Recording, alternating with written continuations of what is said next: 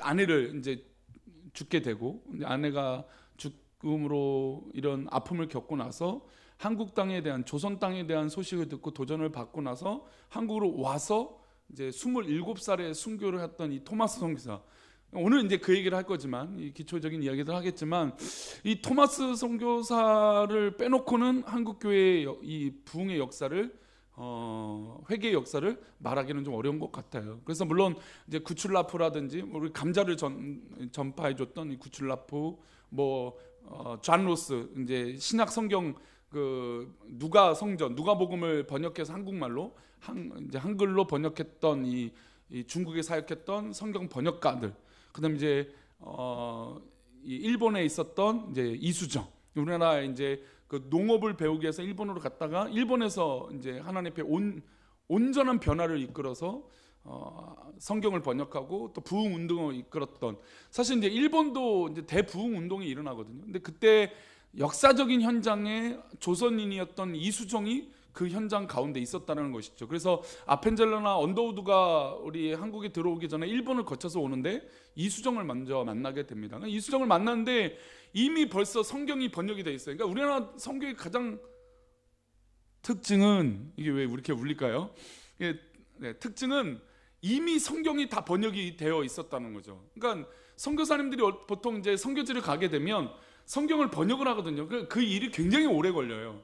근데 이 장로교 선교사인 이 아펜젤러, 언더우드 이런 선교사들이, 감리교 선교사들이 올 때 중국과 일본을 거쳐서 오는데 이미 한글 성경이 있었던 거죠. 그러니까 선교의 작업이 이미 완성이 되어 있던 나라가 바로 우리나라예요. 그런 의미적인 이 구칠라프라든지 그 이수정이라든지 존 로스 이야기들은 이제 추후에 나중에 할 기회가 있겠지만, 오늘은 이제 토마스 선교사 이야기를 좀 해보려고 합니다. 근데 이 토마스 선교사를 얘기할 때 논란이 있어요. 총칼균 이 책에서도 그렇고 하지만, 이 선교사님들이 보기에는, 우리 믿음으로 볼 때는 선교사님들이 다 좋은 의미가 있잖아요, 그렇죠?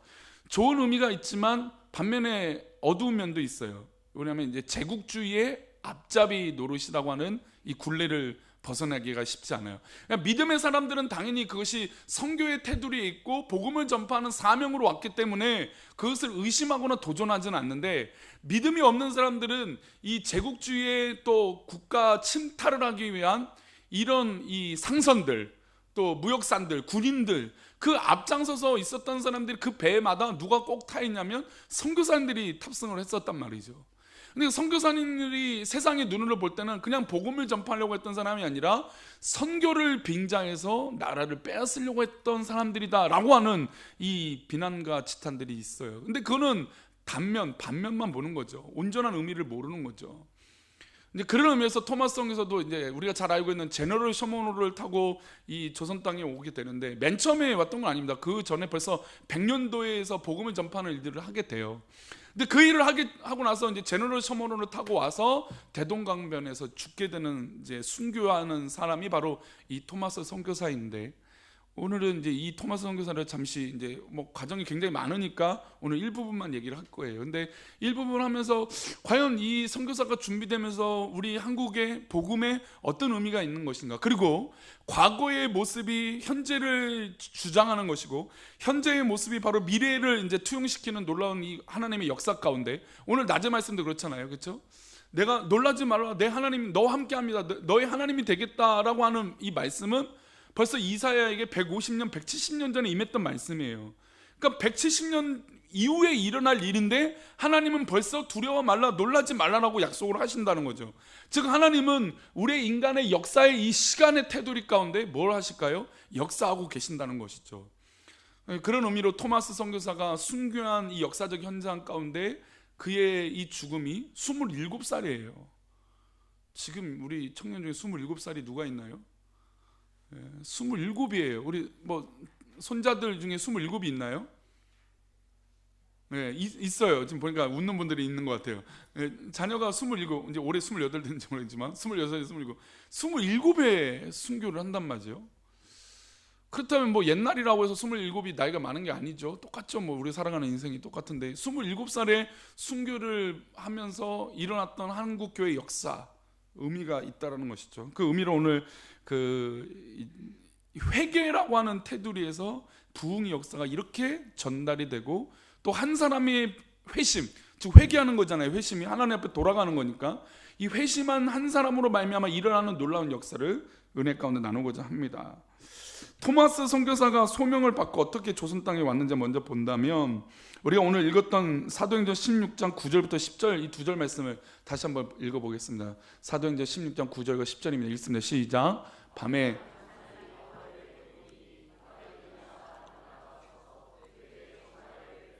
마게도느로 건너와서 우리를 도우라 하거늘, 바울이 그 환상을 보았을 때 우리가 곧 마게도냐로 떠나기로 힘쓰니 이는 하나님이 저 사람들에게 복음을 전하라고 우리를 부르신 줄로 인정함이라. 이 말씀은 우리가 바울 사도가 복음을 전파하는데 아시아로 가고 싶은데 하나님께서 막으시고 그에게 환상을 보여주시고, 또 마게도냐 사람 하나가 와서 청하는 모습을 보여주시고 도우라라고 하는 도전을 받습니다. 그리고 바울이 그 환상을 보았을 때 이제 우리가 곧 마게도냐로 가자라고 힘쓰게 됩니다. 그리고 그 모든 이 환상과 도전은 하나님이 사람들에게 뭘 전하라고요? 복음을 전하라고 우리를 부르신 줄을 깨닫게 되었다는 것이죠. 그러니까 우리가 도전이라고 하는 말을 이제 씁니다. 우리 교회 안에서 도전이라고 하는 말을 많이 쓰죠. 그러니까 도전이라고 하는 말은 어떤 한계를 뛰어넘다 이런 의미가 교회에서 쓰여지는 게 아니라, 우리 안에서 쓰여지는 믿음의 단어인 이 도전은 하나님께서 우리의 마음에 자극을 주세요. 어떤 자극을 주시냐면 하나님의 사역을 해야 되는데 지금 막혀있는 부분들이 있다는 거죠. 그래서 누가 할까 하는데 바로 내가 할까라고 하는 도전을 받는 것이죠. 그 일이 남의 일이 아니라 누구 일이라고요? 내 일로 도전을 받게 되는 거예요. 남의 일이 아니고 다른 사람이 해야 될 일이 아니라 내가 해야 될 일입니다. 그러죠. 그 목회자들도 우리 한국 땅에 수십 명, 수천 명, 수만 명이 있잖아요. 그렇죠?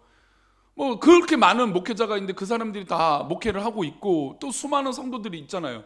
한국 교회가 많이 쇠퇴했지만 그래도 300만, 400만 이상이 실 교세로는 800만까지도 가지만 출석은 한 400만 정도 될까요? 한국 교회가 그것도 안 될 겁니다, 이제는.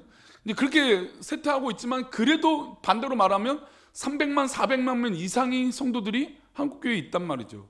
근데 이렇게 많은 성도들과 목회자들이 있다라는 건 그 사람들이 못하기 때문에 우리가 믿는 걸까요? 아니에요. 그분들은 그 사람들 맞게 하나님 부르심에 뭐가 있을까요? 사명이 있어요. 또 저를 부르신 하나님께서 주신 사명이 있어요. 근데 그거를 우리가 도전이라고 얘기하는 거죠. 하나님께서 나에게 도전을 주셨어요. 그래서 그거를 챌린지를 하는 거죠. 내가 달성하기 위해서 열심히 노력해서 그 결과물을 얻기 위해서 하나님 앞에 쓰임 받게 고백하는 거죠. 근데 그렇게 고백하면 할수록 뭘 느낄까요? 우리가 잘한다는 걸 느낄까요? 아니죠. 부족함을 느끼죠. 도전이 있는데 그 일을 내가 하나님 앞에 사모해요. 문진자매 죄송해요. 우리 민자매가 이제 오늘부터 이제 오후 예배 반주로 하게 됩니다. 도전이죠. 사모함도 있겠죠. 문진자매가 반주를 하겠습니다. 오늘 또 대예배 또 반주를 이제 황선환 사님이 반주자 얘기만 해보겠습니다. 두 분이 합니다. 원래 하셨기도 했지만 또 이제 새로 올해 부임해서 이제 지명돼서 하나님 앞에 이제 쓰임 받는 봉사자가 되었는데 도전이잖아요. 도전. 근데 분명히 나는 실력이 있어요. 할 수 있어요. 근데 막상 하려면 사람의 말도 들리고 평가도 있을 것이고 여러 가지 조건들이 막 있단 말이에요. 그러면 이걸 하다 보면 또 내 마음이 어떻게 돼요? 위축이 돼요. 그래서 이 일을 내 힘으로 하려니까 또 안 돼요. 그래서 누구한테 구하는 거죠? 하나님께 구하는 거예요. 그래서 우리에게 주어진 사명과 사역은, 하나님께서 나에게 주신 도전은 그냥 사람을 좋게 하고 어떤 이 과정을 이루려고 하는 결과물을 만드는 거 아니라, 하나님께서 주신 이 도전에 순종하고 하다 보니까 안 되니까, 어려우니까, 부족하니까, 때로는 시험도 드니까 하나님께 또 간구하는 거죠. 하나님 이것을 해결해 주십시오. 그리고 그것을 또 하나님께서 우리에게 회복을 시켜주세요. 할 수 있도록. 이게 무슨 과정이에요? 바로 은혜의 과정이거든요. 우리 모든 성도들이 하나님께서 주신 도전과 어떤 그런 사명이 있을 때 하나님께 은혜로 승리하시기를 축원합니다. 그래서 은혜가 필요한 거예요. 은혜가 없으면 이 사명을, 이 사역을 감당할 수 없어요. 바울 사도는 어떤 인정을 하게 되냐? 인정이라는 건 하나님 뜻이구나라고 받아들이게 되는 거거든요. 자기가 하고 싶은 뜻이 있는데 그것이 막혀졌어요. 하나님이 하지 말라고 하시는 거예요. 그리고 환상을 통해서 마게도냐로, 이 유럽으로 복음을 전파하러 힘쓰라고 하나님께서 명령하시는 거예요. 그것을 딱 들었을 때 하나님 나의 길이 있어요 라고 말할 수도 있잖아요. 내가 하고 싶은 것도 있어요 라고 얘기해요. 그래서 이제 보통 이 목회자들이 기도를 할 때 사명을 제시하고 비전을 제시할 때 저도 고민이 있어요. 제가 바라는 것을 우리 성도들에게 심어줄까, 아니면 이것을 이대로 놔두고 있다가 하나님께서 도전을 주고 시는 걸 그냥 자연스럽게 받아들일까. 저는 약간 후자의 성향이에요. 물론 저는 약간 설교 스타일이 선동의 설교에 좀 가깝죠, 그렇죠? 좀 도전하고 성도님들 확 하십시오, 안 됩니다 막 이렇게 하는 설교이기 때문에 선동을 하죠. 우리 성도들 열심히 하시라고 이렇게 하는 성향이 강하지만, 그럼에도 불구하고 제 마음은 늘 조심스러운 게 있어요. 왜냐하면 성도들이 시험 드는 걸 저는 원치 않거든요. 우리 성도들이 아파하는 걸 저는 원치 않거든요. 즐겁고 어떻게든 은혜 가운데 했으면 좋겠는데, 사실 근데 그 일이 쉽지 않아요. 그래서 저는 의도적으로 방어적으로 후자인지는 모르겠습니다. 자기 스스로 고백하고 하나님 앞에 연약하고 그 과정이 반복되고 하나님 앞에 도전하고 기도함으로 이것이 하나님 뜻이구나. 그러니까 내가 목표를 정해놓고 이게 마치 하나님 뜻이다 끼워 맞추는, 물론 그렇게까지는 안 하겠지만, 그것보다는 내가 있는 현장에서 순종하고 열심을 했더니 그 열심으로 말미암아 비전이 만들어지고 있는 거죠. 저도 맨 처음 목회자가 되고 하나님 앞에 기도하고 이제 중2 때 기도원 가서 막 은혜 받고 성령 충만해서 저는 목사가 되겠습니다. 이제 어렸을 때 6살부터 교회 다닐 때 목사님이 꿈이었다가 구체적인 기도를 했다고 했잖아요. 근데 대학교 가니까 신학교를 갈 때 막 여러 사역이 있어요. 뭐 농촌 선교로 가는 사람도 있고, 뭐 군 선교로 가는 사람이 있고, 뭐 어린이 선교를 하는 사람이 있고, 또 장애인 선교를 하는 사람이 있고, 이런 사역들이 막 다양한 거예요. 그러면 처음 신학교 갔으니까 어떻게 했습니까? 제 마음이 다 은혜가 닿고 다 도전이 되는 거예요. 그리고 제가 철없이 그때 제가 하나님 앞에 기도해서, 하나님, 전 농촌 목회하고 싶습니다. 그랬어요. 그래서 그런 목표를 세워놓으면 그게 마치 다 되는 것처럼 생각을 했어요. 그래서 농촌 목회, 내 능력은 농촌 목회야 막 그랬어요. 그래서 군대 가니까 이제 컴퓨터 관련된 선교를 해야겠다. 그래서 그때 막 배웠던 게 컴퓨터 조립하는 거, 뭐 운영하는 거, 뭐 이렇게 프로그램 하는 거, 그때 막 했어요. 제가 그 전액교회에서 별명이 목회자 중에 저거였어요. 용산 사장님. 제 별명이 용산 사장님이었어요. 제 옆에 있는 부목사, 근데 그분도 되게 잘하는데 저한테 자꾸 농담 삼아 저렇게 꼭 그렇게 얘기를 하셨어요. 용산 사장님, 자기는 직원이라고. 교회가 컴퓨터가 이런 게 많잖아요. 그래서 생각보다 고장이 잘 나서 뭐 고치기도 하는데, 제가 이제 마지막에 등장하는 사람이 됐어요. 안 하는 척 하다가.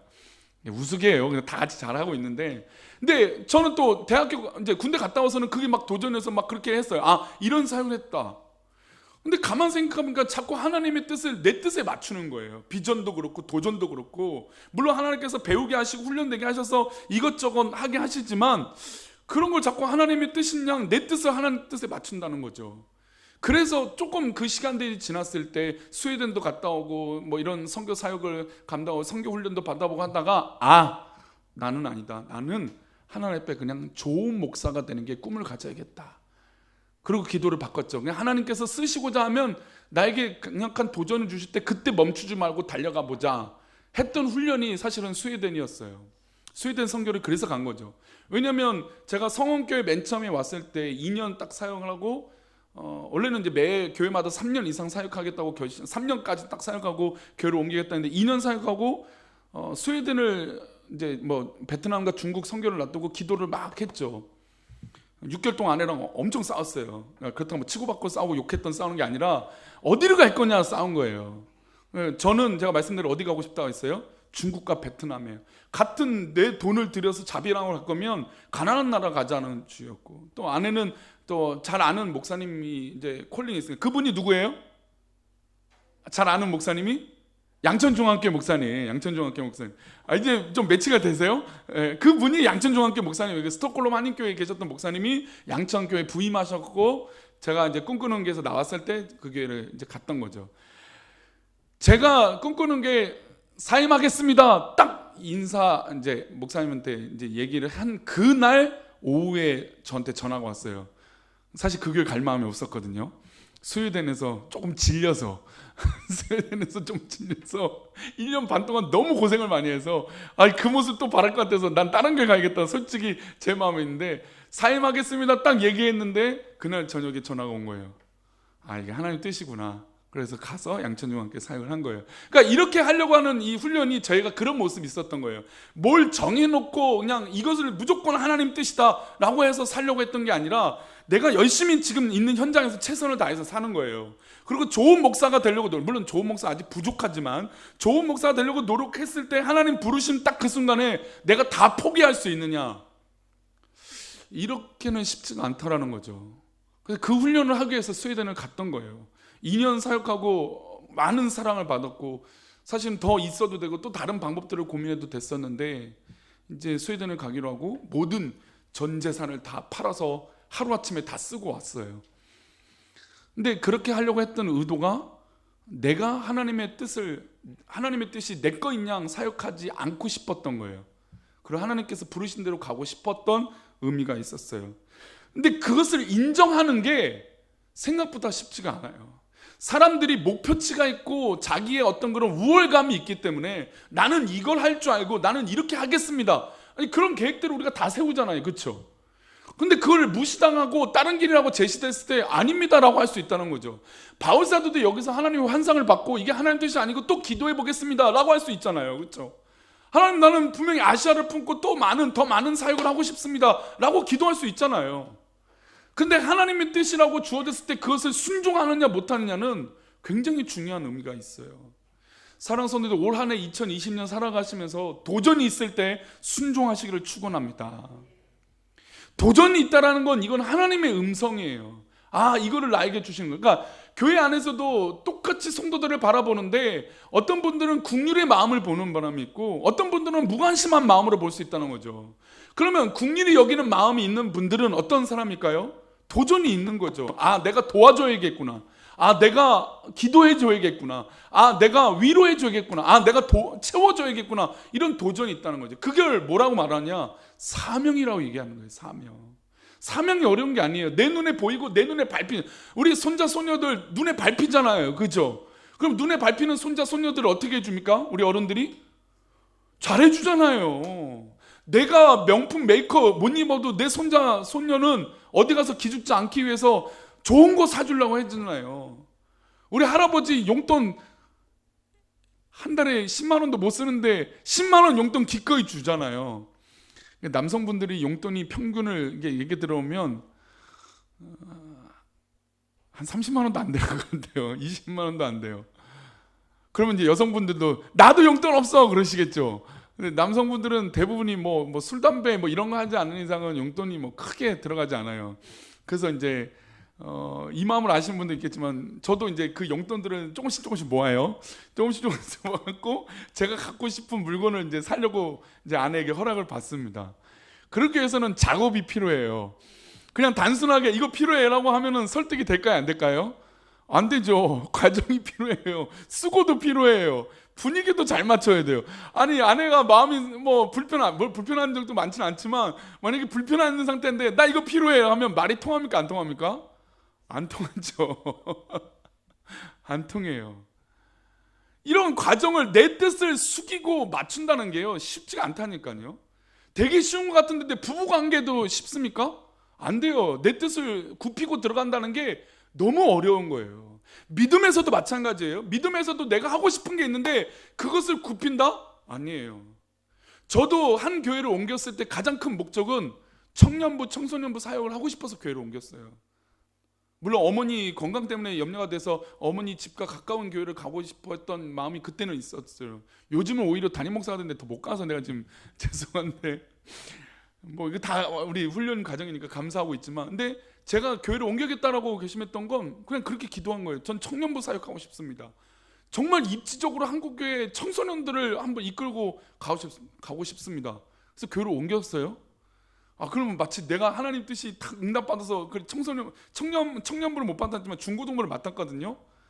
아, 그게 하나님 뜻인지 알았어요. 근데 또 하나님이 1년 만에 그거를 못하게 하시더라고요. 아, 이게 또 그 과정인 거예요. 내가 내 뜻인 양 맞춰서 기도를 해서 그게 응답인 줄 알았는데 하나님은 전혀 다른 방법으로 우리를 인도하실 때가 많다라는 거죠. 사랑하는 성도들이 눈에 도전이 되면, 그래서 하나님 앞에 꼭 기도하셨으면 좋겠어요. 하나님, 내가 어찌할까요? 하나님, 내가 어떻게 쓰임 받으면 좋을까요?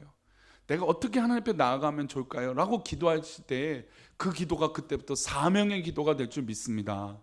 사랑하는 성도님들, 특별히 오후 예배 오신 분들은 이 사명의 기도를 할 줄 알아야 돼요. 아, 내가 도전받은 거, 아, 내가 이것을 내가 해야겠다라고 하는 이 결심들, 이것들을 두고 내가 기도해야겠다라고 하는 이 순수한 이 믿음의 고백, 이것이 우리 신앙 가운데 굉장히 중요해요. 사람들을 만에 연연하지 마십시오. 목사가 어떻게 얘기하든 연연하지 마십시오. 하나님 앞에 기도하신 게 있다면, 확신 가운데 하나님 나를 이끌고 계신다는 거 확신이 드신다면 언제든지 저한테 얘기하십시오. 지지해 드리겠습니다. 그리고 그 일들을 하십시오. 저희가 연말에 작년 11월 마지막 주 12월 8일 날 재직회를 하면서 제 마음 가운데도, 우리 한 지사님도 그런 얘기를, 한 분의 지사님이 그런 얘기도 하시면 제 마음에도 계속 있어요. 우리 교회가 재개발로 인해서 선교도 못하고 많이 또 구제도 못하고 있고 지금 움츠려 있단 말이죠.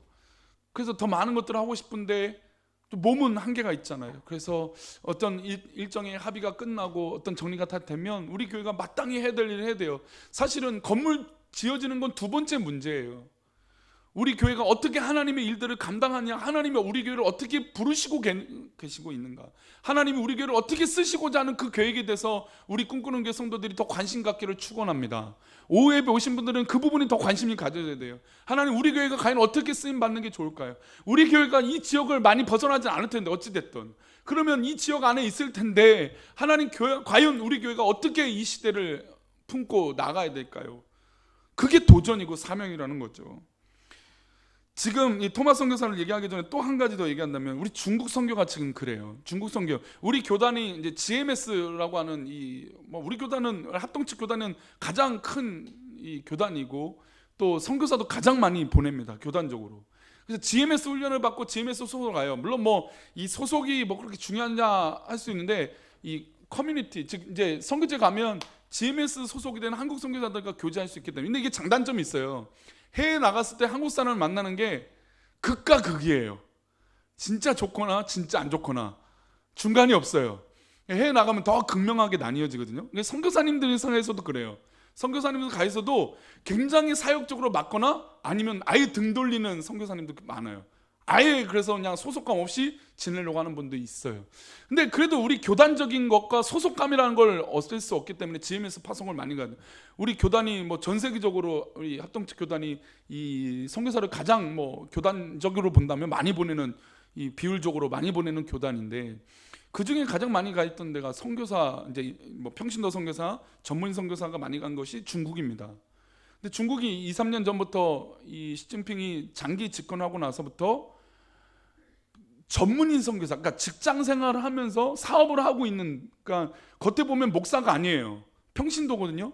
그럼에도 불구하고 GMS 소속인 걸 다 알고 있어서 그들까지 다 쫓아냈어요. 위구르라고 하는 가장 서쪽 끝이죠. 서쪽 끝에 있는 도시에 있는 사람들, 북경이나 이쪽은 동쪽이잖아요, 그렇죠? 근데 서쪽이나 북쪽에 있는 사람들까지 다 평신도 선교사들까지 GMS 소속인 사람들 다 추방을 시켜버렸어요. 어렵죠. 그럼 그분들이 이제 다른 사역들을 보게 됩니다. 어려워요. 이 선교를 그렇게 한다는 게 쉽지가 않아요. 그리고 추방당했어요. 그래서 우리 회사로 보겠습니다. 중국에는 이제 교회라고 말하면 회사라고 말하죠. 우리 회사에서도 있는 분, 이 얘기하면 안 되나? GMS 소속이 아니에요. 네. 그래요. 이렇게 선교가 어려워요. 중국 선교한다는 게 쉽지가 않아요. 근데도 그 당시는 제가 알기로는 왜 내가 이 GMS 소속으로 파송을 못 받았을까? 그 기도를 했을 거예요, 아마. 제가 알기로는 그래요. 근데 지금 와서 보니까 소속이 안 돼 있는 게 더 유리해졌어요. 다른 파송받은 분들은 다 오히려 추방당해서 한국으로 왔는데, 지금 그분은 지금 아예 오히려 중국에서 사업을, 레슨을 하고 이 일들을 하고 있단 말이죠. 그러니까 우리가 생각했던 기준, 하나님 저건 내가 해야 될 일이고 하나님 나에게 주시는 도전입니다, 내가 목표에서 설정했던 그 일들이 오히려 하나님 앞에는 아무것도 아닐 때가 있다는 거예요. 그리고 시간이 지나니까 절묘하게 하나님 뜻으로 인도하심을 경험할 때가 있다는 것이죠. 아니 당연히 소속되고 파송받는 게 더 좋은 거 아닙니까? 그 당시엔 그랬어요. 근데 지금 와서 보니까 그게 다 안 되는 일이 돼버린 거예요. 그러니까 우리가 하나님 앞에 도전을 받고 사모하는 사역들이나 이 목표를 과연 어떤 관점으로 봐야 되느냐, 이것이 굉장히 중요합니다. 토마스 선교사 얘기를 이제 한 분만, 한 5분 안에 좀 이 서론 부분만 얘기하고 오늘 말씀 맡겠습니다. 토마스 선교사가 1857년부터 63년까지 런던 뉴칼리지에서 공부를 하게 됩니다. 18살 때, 이제 만 18세죠. 외국은 이제 만 18세 때 학교로 들어가서 이제 공부를 하게 됩니다. 그리고 63년 6월 4일에 고향의 하노버 교회에서 목사 안수를 받아요. 이때 나이가 23에서 이제 네 때는 겨울이었습니다. 24살이었다고 하죠. 한국 나이로. 24살 때 어떤 도전을 받게 되냐면 중국에 대한 도전을 받게 돼요. 이 토마스 선교사가. 그리고 이제 마침 약혼녀가 있어서 이제 같이 중국으로 가자라고 했을 때 그 캐롤라인도 동의를 하게 됩니다. 그래서 1863년 5월에 토마스 선교사는 런던 선교에서 파송을 받게 됩니다. 런던 선교에서 소속되어서 중국으로 가게 되죠. 그리고 약혼녀 딱 결혼할 때 이 소식을 전하고, 그리고 결혼하고 목사 안수를 24살 때 받게 됩니다. 그리고 1863년 7월 21일 날 그들은 이제 배를 타고 중국으로 가게 됩니다. 중국에 도착한 토마스 부부 선교 활동은 어려움이 있죠. 중국 이 음식이나 이런 문화가 쉽지 않아요, 그렇죠? 중국은 빨간색이 엄청 좋아하잖아요. 어딜 가든 다 빨간색이에요. 그게 건물 색깔도 뭐 극명해요. 그리고 제가 한 2년 전에 중국에 이제 부임하기 전에, 2년 전인가요? 1년 반 전이네요. 1년 2개월 전이네요. 중국에 잠깐 갔다, 부임하기 전에 중국 갔다 왔는데 그 목사님이 저기 갔어요. 백화점을 갔는데 거기 이제 거리마다 안마가 많고 하더라고요. 근데 저는 사람이 안마해 주는 거 별로 안 좋아해서 기계를 이용하고자 해서 말을 했어요. 그래서 기계 있는 데로 가서 하는데 중국은 소리가 또 굉장히 커요. 앞에 매장인데 소리가 막 계속 중국말이 드는데 너무 피곤하고 좀 쉬고 싶고 이 기계 마사지를 받고 싶은데 소리가 중국말이 계속 들리는 거예요. 뭐 따라할 수도 없는데 하여튼 그 중국말이 계속 들리는 거예요. 너무 시끄러운데 한국 같았으면 벌써 쫓아가서 이거 좀 꺼달라고 할 텐데 뭐 중국말을 할 줄 알아요? 뭘 할 줄 알아요? 그런 문화들이 너무 어려워요. 게다가 우월주의가 있잖아요. 아니 뭐 보통 말하는 뭐 백인 우월주의 이런 게 있는데 중국인은 중국인 우월 사상이 굉장히 강해요. 뭐 일본, 중국, 뭐 다른 뭐 나라 뭐 사람들은 굉장히 무시하죠. 게다가 전 세계적으로 무슨 타운 하면 어느 타운이 가장 먼저 떠오릅니까? 차이나타운이죠. 차이나타운. 게다가 이 중국 사람들은 공동체 의식이 굉장히 강해요. 그냥 같이 먹고 사는데 모르겠어요. 그 사회주의나 공상 이 마음이 있어서 그런지 몰라도 굉장히 쉐어를 잘해요. 그러니까 나누는 걸 잘해요. 그리고 같이 팔아주는 것도 잘해요. 그래서 차이나타운이 딱 형성되면 거기서 권력과 힘이 막 엄청 나오죠. 근데 한국 사람들은 그 반대라고 합니다. 한국 코리안 타운이 있어도 이 구심점이 이렇게 세지 못해대요. 이 중국 타운, 차이나타운만큼 그렇지 않다더라고요. 우리는 각자의 재능이 워낙 좋은 민족이잖아요. 기술이 좋은 민족이잖아요, 그렇죠? 그래서 협력하는 쪽보다는 개성주의가 강한 게 우리나라 민족의 외국 생활이다 보면 중국은 자기 민족만 하는 거예요. 그러니까 자기 민족만 생각하는데 외국인이 왔으니 그 문화가 쉽겠습니까? 게다가 음식은 얼마나 향신료가 많아요, 그렇죠? 얼마나 다양한 향신료. 제가 얼마 전에도 그 얘기도 했지만 저도 선교의 마음이 어느 정도 불타오를 때 나는 선교사가 정말 이 체질에도 맞겠다 해서 도전을 받고 선교지를 갔어요. 현지 음식을 몇 번 먹었는데 전 절대 못하겠더라고요. 한국 음식이 저에겐 제일 입맛이 맞아요. 현지 음식을 먹는데 뭐 차를 탈 때마다 그냥 다 토해버리고 뭐 저도 비위가 남들은 되게 좋다고 생각하거든요. 저도 못 먹는 음식이 없잖아요. 그런데 중국에 향신료 들어가고 뭐가 좀 하다 싶으면 먹을 때는 그래도 먹으려고 해요. 왜냐면 오기가 생기잖아요. 이걸 먹을 줄 알아야지. 선교사가 꿈꾸면 이거 먹어야지. 먹었는데 쉽지 않더라고요. 그리고 이제 과일의 왕이 있습니다. 과일의 왕 뭐예요? 네? 두리안이에요. 두리안. 혹시 두리안 좋아하시는 분 있습니까? 없어서 못 먹는 우리 회사 소속인 분은 두리안을 엄청 좋아하세요. 그래서 두리안 최고라고. 그다음에 이제 애플망고. 애플망고 우리나라는 더 비싸죠. 망고도 수입된 건데 애플망고 진짜 맛있다고. 중국 가면 널려 있다고 막 그래요. 그래서 먹어봐요. 애플망고는 진짜 맛있더라고요. 뭐 맛있는데 두리안은 이거를 어떻게 받아들여야지. 물론 먹었어요. 저 잘 먹었어요. 뭐 버터 같기도 하고 뭐 이렇게 느낌도 있어요. 그래서 참 이런 맛이 있구나. 근데 다시 먹으라면 저는 별로 그렇게 먹고 싶은 마음은 없어요. 예. 망고도 현지 가서 먹으면 먹는데 한국에서 먹으면 이게 좀 그 맛이 또 아닌 것 같고. 그러니까 저는 막 잘할 걸 줄 알았어요. 근데 안 되더라고요. 현지가 쉽지가 않아요. 그러니 영국에서 살던 사람이 24, 5살에 이 부부가 와서 현지 적응하고 게다가 또 아이도 바로 생겼어요. 그런 입덧도 심한 캐롤라인이 토마스 선교사 부인이 입덧도 심하고 음식도 안 맞고 문화도 안 맞는데 생활하기 쉬울까요? 굉장히 어려웠어요. 근데 토마스 선교사가 로마 선교회에서 이제 파송을 받고 선교 사역을 하는데 하필 같이 동역하고 있던 선교사랑 불화가 있어서 싸움이 난 거예요. 선교회 관계도 별로 안 좋고 또 젊은 첫 선교사니 얼마나 의욕이 넘쳤겠어요. 근데 불화가 생겨서 그 선교사랑 등을 지게 돼요. 그러니까 이런 자기를 도와줄 수 있는 사람들이 별로 많지 않고 아내도 임신한 상태예요. 그래도 24살의 혈기에 얼마나 열심히 하겠다고 복음을 전파로 다닙니다. 그래서 어느 날 그가 1963년 임신한 아내를 두고 항구라고 하는 곳에 출장을 가서 복음을 전파로 가게 됩니다. 그런데 이때 어떤 일이 있었냐면 토마스 선교사 이웃에 살고 있는 미국 선교사가 있었어요. 그러니까 런던 선교에서 파송됐던 선교사랑은 불화가 있어서 갈라지게 되는데 미국에서 온 선교사랑 친하게 지내게 돼요. 그런데 그 미국 선교사 부인이 풍토병에 걸려서 죽은 거예요. 그러니까 적응을 못한 거겠죠. 적응을 못해서 결여서 죽게 돼요. 이때 캐롤라인 토마스 선교사 부인이 충격을 받아요. 나는 임신하고 입덧도 심하고 먹는 것도 제대로 못 먹고 있어요. 게다가 자기를 가장 위로해 줄 수 있는 딱 한 가정이 있다면 미국 선교사 가정인데 그 선교사님 가정의 아내가 그렇게 죽게 된 거예요. 그 충격을 받았죠. 그 와중 가운데 또 이 출장을 다른 곳에 나가게 된 이 남편을 두고 혼자 그 집을 지켰어야 되는 거죠. 토마스 선교사가 일을 마치고 왔습니다. 토마스 선교사가 얼마나 기뻤을까요, 그죠? 우리 아내를 보고, 그다음에 이제 곧 출산할 때가 얼마 남지 않은 아내를 보고 위로해주고 다시 만날 재회하는 이 기분. 타국에서 출장 갔다가 다시 오니 얼마나 반가웠겠습니까? 24살의 어떤 그런 이 뜨거운 열정적인 사랑이라면 뭐 상상할 수 없는 애틋함이 있었겠죠. 근데 왔는데 아무 반응이 없었던 거예요. 문을 두드리고 소리를 지르고 캐롤라인을 해도 아무 응답이 없었죠. 그래서 문을 열고 들어갔더니 토마스 선교사가 소리를 지릅니다. 왜냐하면 캐롤라인이 핏자국이 뒤엉켜서 싸늘하게 죽어 있었기 때문이에요.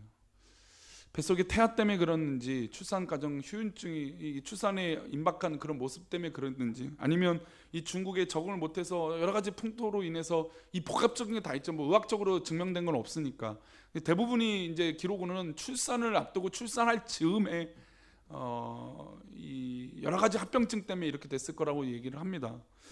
근데 왔는데 토마스 선교사 앞에는 아내의 죽음이었어요. 자기의 아이, 자기의 사랑하는 아내가 죽어 있었던 거죠.